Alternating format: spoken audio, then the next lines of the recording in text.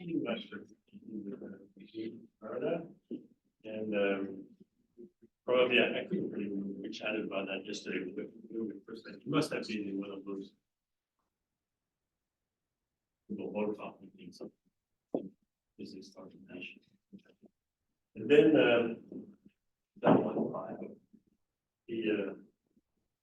I had forgotten that, but he reminded me that he came to visit me in I think not my first meeting, but then in Mezard, and that's where he was introduced to KPC. Not by me directly, but by a postdoc of mine then. First, sure since I'm a business Jacobin, and he reminded me yesterday when this KPC story started for it. Seems to be true. Okay, so but I won't talk about KPC because the last time I did anything was to KPC when I was a PhD student. And so I talk about the Elastic Manifold, and that's joint work with this Pax Kivimae, who's in front of from and and so you heard about very similar model this morning. This is why I put it in kind of this thing. So look at that and we'll see that the same thing is coming, but it's in a different regime. So I will report that we're sure the work is packed with big papers, none is yet posted.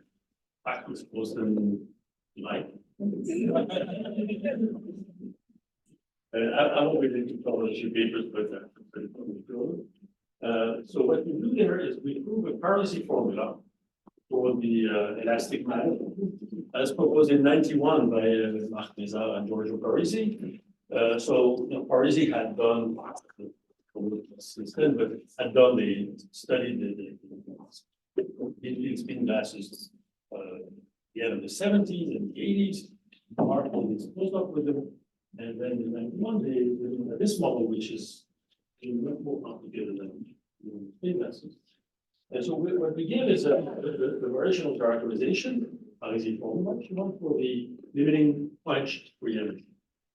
And using that, we analyze the replica symmetry breaking scheme at low temperature. I mean, at low temperature in particular, the breaking symmetry low temperature is model. And this work comes, so that's a positive kind. Then it comes after a recent work that was put in this model by Courant, which was done with Paul Bourgade and Benjamin Mc Kenna. Ben was here and where we compute the topological complexity, the ideal topological complexity of this model. We know that very briefly, and still the result of pretty fabulous, but I looked at this number.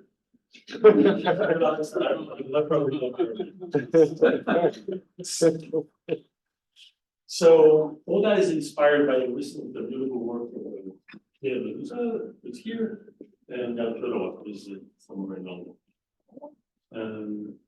So here's the map of the talk. First, I will introduce what the disordered elastic is, or the elastic manifold, and current what it is in a different regime this morning.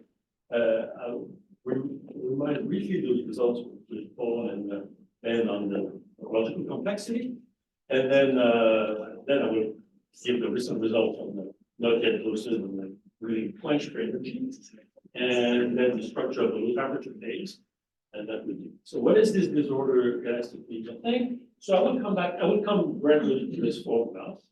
So here is the interpretation I can argue, which says that this is an important problem. We computer. But the important thing here is the somewhere the competition between elasticity and disorder. That's what we want to talk about. Okay? So elasticity is good, disorder is bad. But depending, of course. If you like complicated thing, the other way around. So first, what's the model? So let me start with the continuum thing before we go to the discrete. So you take an open subset of RD. Happily, that's the same notation than one used. D is the same dimension. Then you look at this, the following thing. You take the typical elastic energy, the H1 norm. So you take function U, which go from RD, this compensate omega, is going to Rn. This morning, Ron N was small n, but that's the same thing. And then you have, oh no, or maybe this N is D. N plus D. So that's the energy, the H1 norm plus some potential. And you could ask them, because I didn't tell you anything about potential. The first question is minimizing triangle grounds. How do you minimize that under a reasonable boundary condition? That's what Ron talked about this morning, and what the topological complexity thing addresses. Then you can also look at the same question, positive temperature, and you look at the Gibbs measure defined by this Hamiltonian, and look at the energy. Of course, this is in a continuum, so it's a bit of a pain. So let's, we will of course discretize. But before that, let me mention what the V should do. So, even before that, here I have two integers, the internal dimension and the dimension of the V. And of course, we also have the open set and the potential. All right, so the potential that it will take will be of this form. And I have here an L2 thing, which is just to confine my field, and then a disorder. Okay, so the disorder that for simplicity, we'll in fact it's not at all. This is true. Not for simplicity. It's not simple at all. We'll assume that Vn is a Gaussian smooth thing. It's centered with isotropic covariance. And we'll assume fast decorrelation in space, exactly like Ron did this one.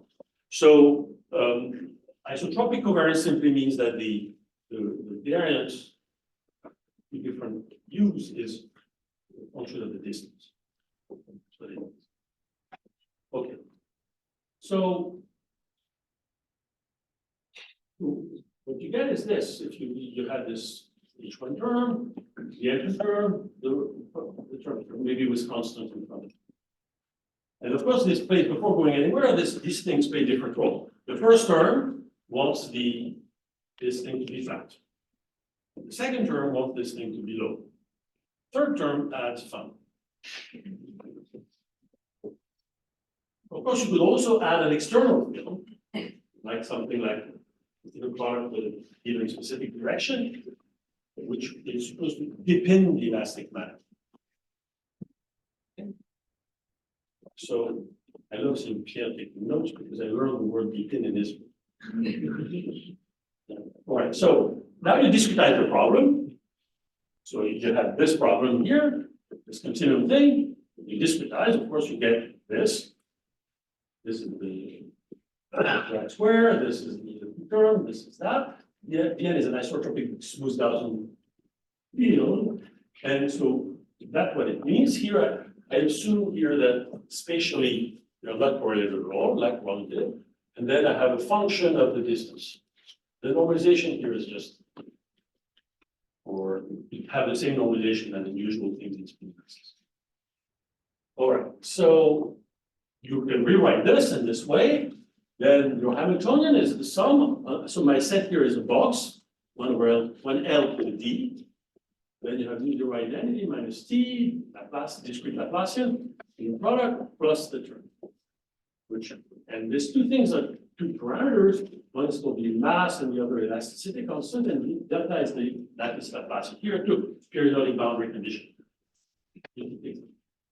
So here, remember, so we have now a box of size L in dimension D, and at every side I have something in dimension N. All right, and the noise here is decorrelated one side to the next, and Gaussian seriously correlated in this direction. So here there's a difference. So now look at this formula, and look at this one, or the one, maybe the one before, they're exactly the same. Here they didn't have the, so this eta is my V. This formula, back to this formula.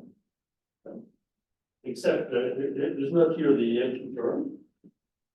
And this is of course my potential. The real difference was that this, so this eta here would be correlated in V, but this one gave us this particular structure of a white noise coupled with something, a little bump. Right here, this is a more complicated movement. All right, so by the way, so the function, the structure of the noise, this function B that describes the correlation, has to be of this shape. This was discovered in the 30s by a bunch of Austrian harmonic analysts. And they asked themselves, what are the functions that are isotropic, function of the distance, and which are of positive type? Which means that it can be the covariance of something. And they classify them completely, both on Rn or on the sphere. And in fact, that's exactly the class. For instance, let's consider it small. If you ask this question on just one sphere, this is exactly the class of spin glasses. Right? So the spin glass structure was not invented by Parisi and so on. In fact, it was invented by, they didn't do anything with it, but they classified it. So we know. Here we'll assume that B is nice, 4 times differentiable, and whatever is needed for this to work. And so the first question, as I said, now let's go to the answer you have. The first thing is to understand, like Ron mentioned this morning, the ground state of this Hamiltonian. And more initially, to understand the topological complexity, the number of critical points at each level, the number of local minima at points. So the computation of this real topological complexity is in fact always amenable to a random matrix problem through the Katz-Weiss formula. I won't go there. This is what has been done in this work with the form. And let me just mention, so here, the quenched complex, this will give you the anneal complexity. Anneal complexity means you look at the log of the expected number of critical points with whatever property you want. One you really want is the expectation of the log. That's the different thing. Okay, the next question, of course, is to understand the behavior of the Gibbs measure at positive temperature, as I said, and the structure of the reference. So the first step is, of course, to understand the quantum energy and to prove this the Parisi formula. Parisi formula is a variational formula for this, limiting quenched free energy at any temperature. And this is done in this work Pax, which we'll try to summarize.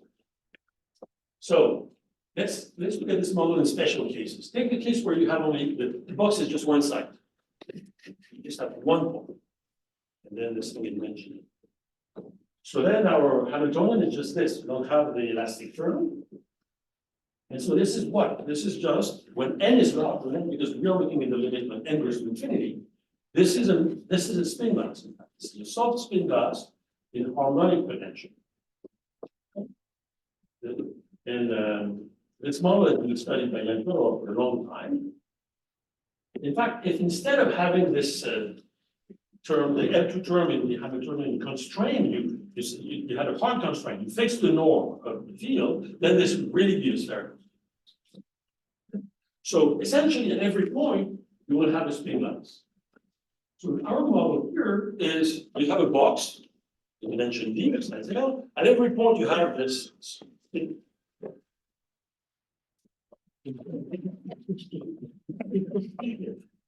You have a spin glass and you have an elastic term which tries to tame it. Right? So you have spin glasses trying to do the spin glass thing, which means be complicated, and the elasticity trying to put them together. So that's the important competition, as in this first quote I gave. So here is another model. Take d equal 1 now, and L large, and n fixed. Then, of course, now we have this thing. And of course, this is the directed polynomial around polynomial. But that's not the limit we're going to look at. Our n is going to infinity.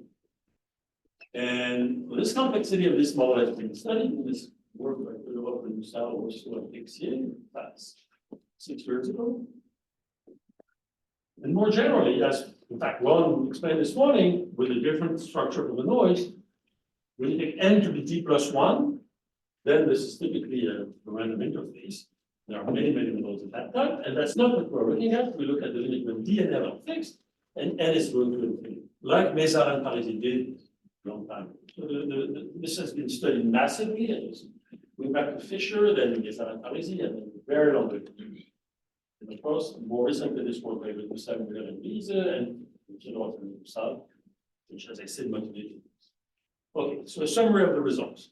Okay, so the problem now we've seen is exactly the same, but in a different limit. So what did we prove? So first about complexity. So we compute the anneal complexity, the logarithm, the logarithmic behavior of the average number of critical points, local minima, let's have this Hamilton. This anneal complexity is given by a complicated variational problem, really complicated, which we solve. If you were sure that anneal and quenched are the same thing, this of course gives you the ground state. That's what Ron was explaining this morning about the ground state. Because of course, if you have the quenched complexity, the place where induce, so this means that above a certain level, the number of local minima is strictly exponentially large, and below it's exponentially small, then you find where the ground state is. This is what we did, for instance, in a long series of work with Finger, Cherny, and then later on Subag on staircase. But here we don't have the quenched state. So for the moment we don't have it. And then we show, so the important thing that we could using this was to prove a sharp transition between a region of positive exponential complexity, a region of vanishing complexity, which is a form of topological trivialization. High enough mass or low enough noise, same thing, the system is driven. Elasticity wins. Right? The rule of being like your neighbor wins. And we understand the transition of this critical mass, which is called the Larkin mass, rather precisely. And this will result from the work of the development. Okay, now that was a zero temperature question. What about this work with Pax? So what we prove is a Parisi formula for the quench free energy. And then, so we use in particular tools developed by Tkachenko, and then we do that even for a wider class of model. And this variational formula, this Parisi Mezard, by the way, if you go back to this huge literature, there is no real written Parisi formula.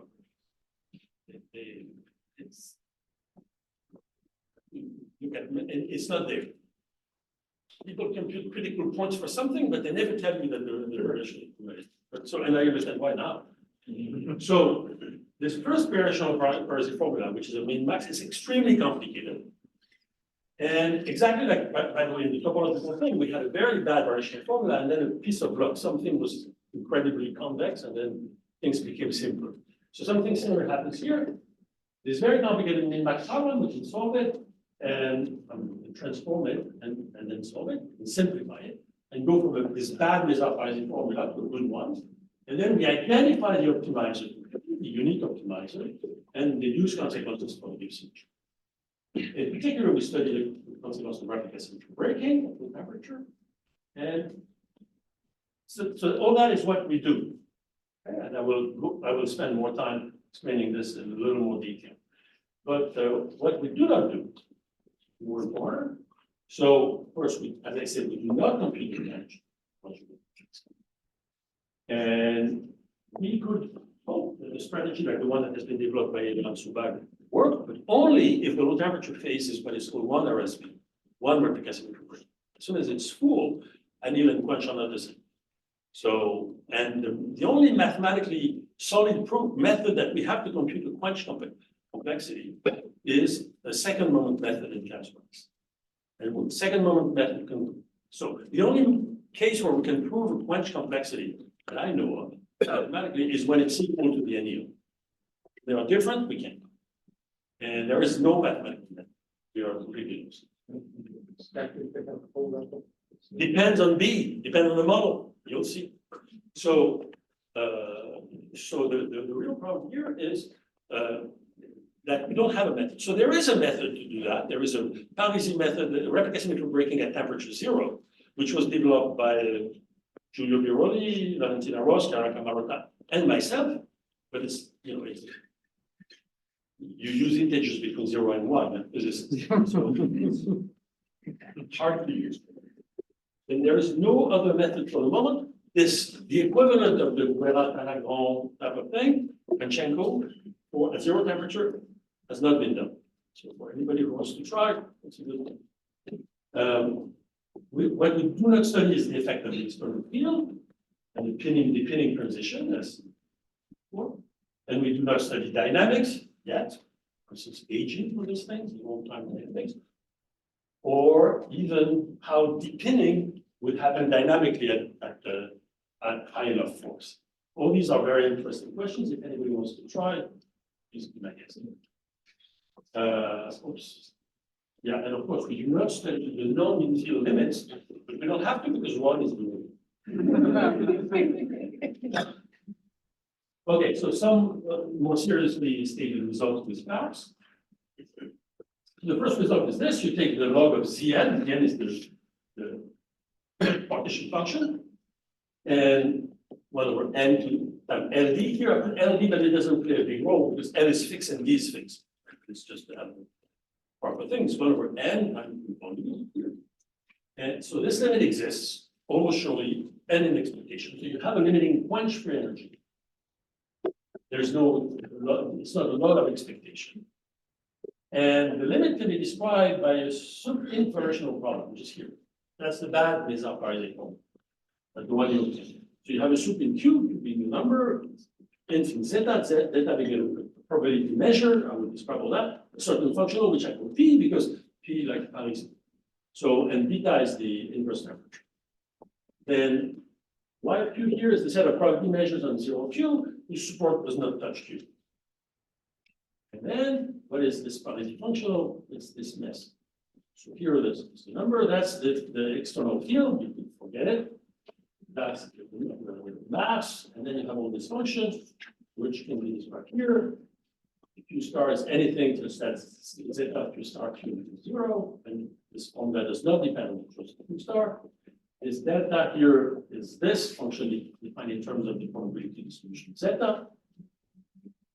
B is this B, remember, defines the covariance of the noise, defines the model. And then I have to define K here and lambda, which comes in the next slide. K is the functional universe of the normalized resolvent of the discrete Laplacian, like this.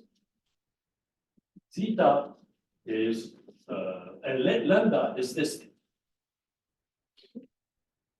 And which is also the Legendre transform of the discrete concave function. Okay, so now that you have all these notations, we'll come back. This is your Parisi formula. You have to optimize this into a number Q and zeta or distribution of 0 Q, not much. Right? So that will be clear that you can extract information. And that's what when I was telling you, if you look really at the very long literature, you never have really this formula. It's a formula, it's true. It's an end of the soup. Now, so that's really the Parisi formula. That's the first. Then there's a better way to do it. So this variational point. So the limiting free energy, which I call f of beta, the limit of 1 over n log Cn, is this sup inf, is in fact equal to the p at the given q and zeta. There's a unique zeta with a couple of q beta, zeta beta, depending on the temperature. It's determining a unique solution of this. So there's a unique thing, you have to solve that. So here, remember, zeta is determined by this. R is this resolvent of the acid. Zeta should satisfy this, where this function f beta is this. Okay, all the relation there. That's what you have to do. So there's a unique thing. These give you, and I can tell you that when you read this thing, this literature, you have an impression that you are in a super class of calculus. You have fantastic people. We spend 10 years doing calculus. And of course, in the end, we had to do finding the optimum of this thing and that thing. And it's a rather involved story, but that's the result in the end. So first consequence, but let's admit that. Right? I mean, there is a Parisi formula, there is a unique thing. What does this thing mean? The first thing, this couple Q, which is a number, positive number, and zeta, which is the solution, have a very simple interpretation in terms of order parameter and radius. So let's explain that. So the radius, the typical radius, which means the size of this u of x squared. Remember, you have this u of x at its site, right? And we have this harmonic term that wants to bring it down, so it's kind of bounded. How big is it? So it's forget this H. Let's forget that. I don't put an external thing here for the moment. This Q beta essentially gives you the radius, the size of the universe. So essentially, formally, this tells you, plus this expectation here, this bracket means expectation under the Gibbs measure, inverse temperature beta. So this tells you at inverse temperature beta, this thing, each side lives on a sphere of a radius, which is essentially Q beta. And so it's like spherical space. And then, more importantly, the distribution zeta is in fact the overlap distribution. That is the distribution that if you take two replica, what does that mean? You take U and U prime, you pick them under this Gibbs distribution at inverse temperature beta independently. And now you look at their overlap, which means simply their inner product. And this inner product, this overlap will be different in one diagram. No, that's the right thing. Converge to zeta B. So that means this zeta, this distribution function, this measure, and this measure is the law, asymptotically the law of the overlap. So this thing at every cycle. So this is really what you want. This is of course what Parisi always said. The variational formula of Parisi always supposed to determine the order parameter. Parisi told us that for spin glasses, the order parameter is the distribution of the overlap of two different things that you can have these things. But here, so here you have X in one to L to D. Yeah, and But it's only just the self overlap. it's exactly what I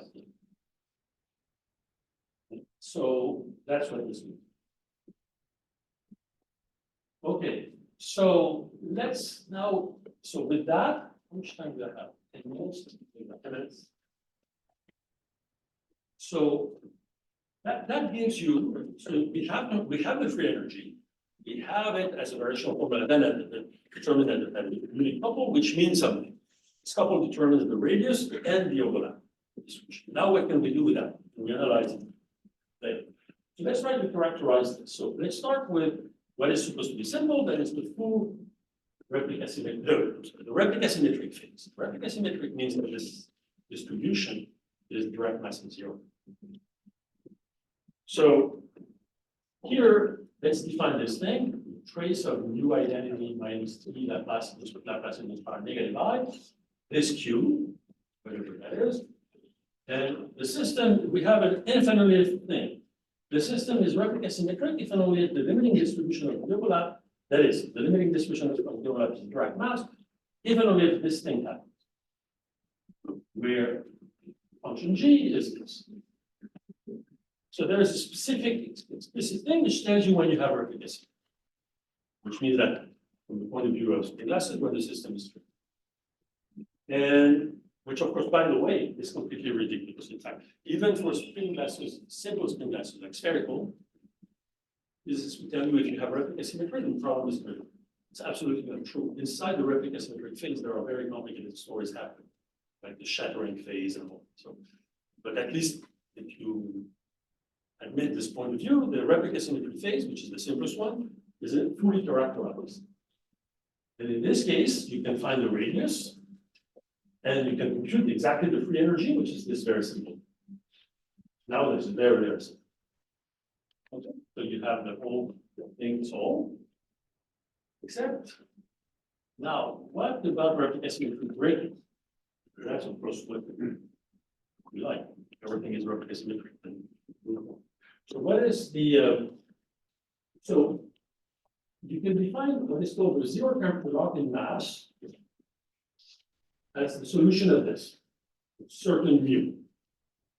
Then you define the Larkin mass at positive temperature beta, at inverse temperature beta, as the smallest value such that this happens. We have the definition of a number, mu L beta. It's easy to check that this Larkin mass decreases with beta, and by the way, that should not be an L infinity. Mu L infinity is the limit of mu L beta. So the Larkin mass at temperature zero is indeed the limit of the Larkin masses. So what do we do with these Larkin masses? So what we know is the following. When the mass, so if you fix, here, let's fix T. So, because I cannot play with 25 different parameters. So here I'm playing with mu and beta, the inverse temperature and this mass. Yes. So when the mass, so here, let's say the temperature, here I fix the temperature.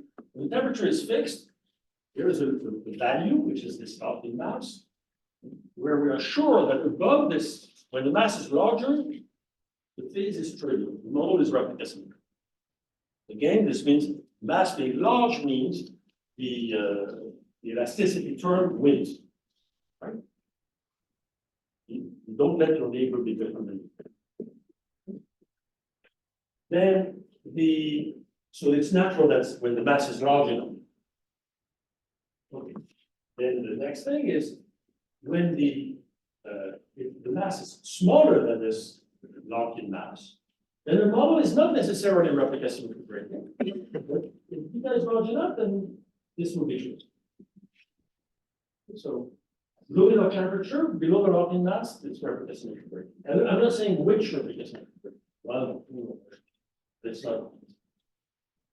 And we have one more condition, which is easy. This one is very explicit. We find that R1 and R2 where the two. If this very explicit condition is satisfied, the model is one error. Is replica symmetric. So that's all we know essentially. And what does that mean? So that means that at least at very low temperature, the zero temperature Larkin mass really serves as the boundary between the phase boundary between replica symmetry and replica symmetry. And so when beta goes to infinity, when temperature goes to zero, the condition, the explicit condition that I gave you, the third condition here, holds in an increasing region, which eventually becomes the entire interval.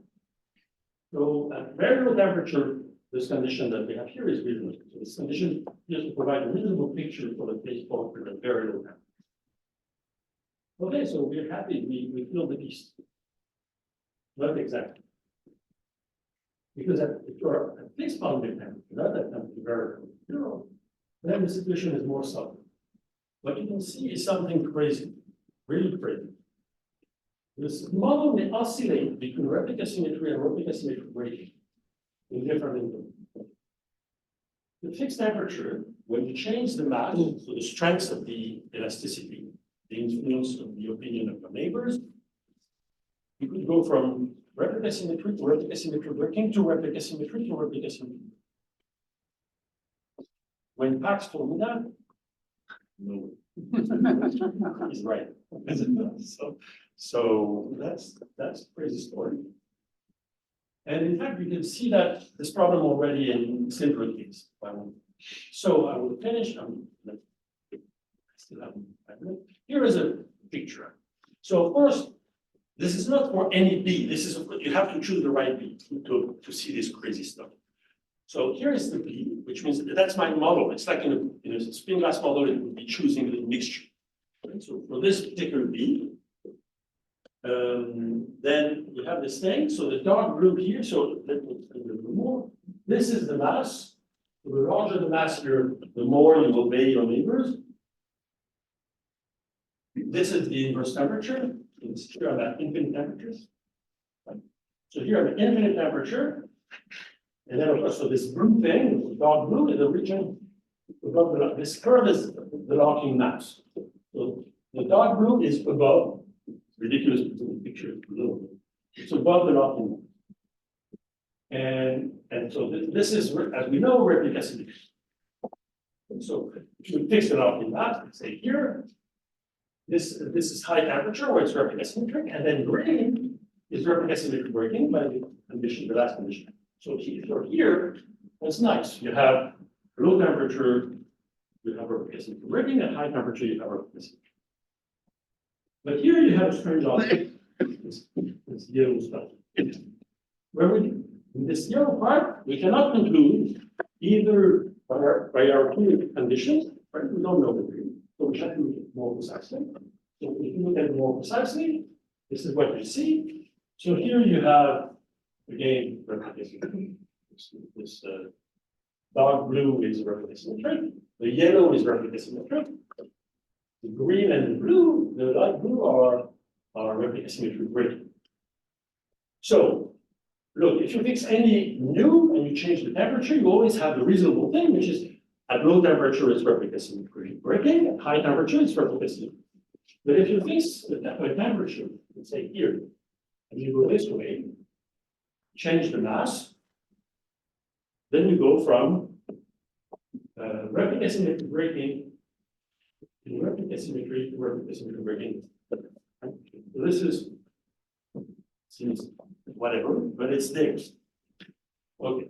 So of course, you can say, It's there that you actually expect it to happen. It's there and that you actually expect it to happen, or it's just not ruled out. It's going. no, this is true. This is fact. This is the theorem. So now of course, it's for a specific B. For one step or for SB? I'm sorry, What is the level of replica symmetry breaking? that I don't know. That I don't know. But Pax may know. I think it's one RSB. Yes. But I'm not So, sure. but here it's for this very specific thing. It's a perfect choice, right? It's a choice to have something with error. So it's exactly like when you take spin glasses, there's this famous example, spherical spin glasses, when you take a mixture of a 3 spin glass plus a 16 spin glass, you have crazy stuff happening, right? So something of the same nature here. Of course, the real question is, for more general B, when does this crazy story not happen? Okay, so with that, I still have that, but that will be for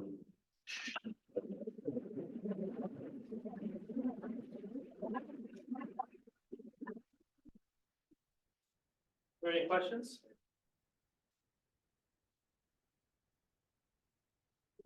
Yeah, just the regular stained glasses come up as models in the line. Action. So these ones where you have this sort of additional spatial component itself, have these been used? No, in fact, for the moment, I don't know things where this has been useful. As you know, I've been using this like Mezard and that sort of time for question of data sections of sorts. And even spherical spin glasses, things like that, like the tensor PCA model, which is something that helped me understand many of this question there. Then on the data science side, the intuition came from this, but it was exactly, by the way, that's why I wanted to do the field, because the tensor PCA was also a spin glass, but with a signal.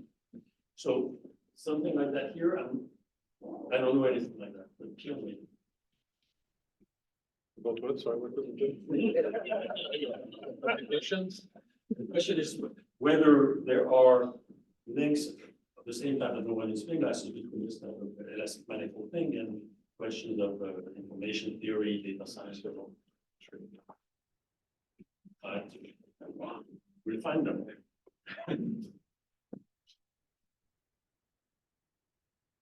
Let's take your argument.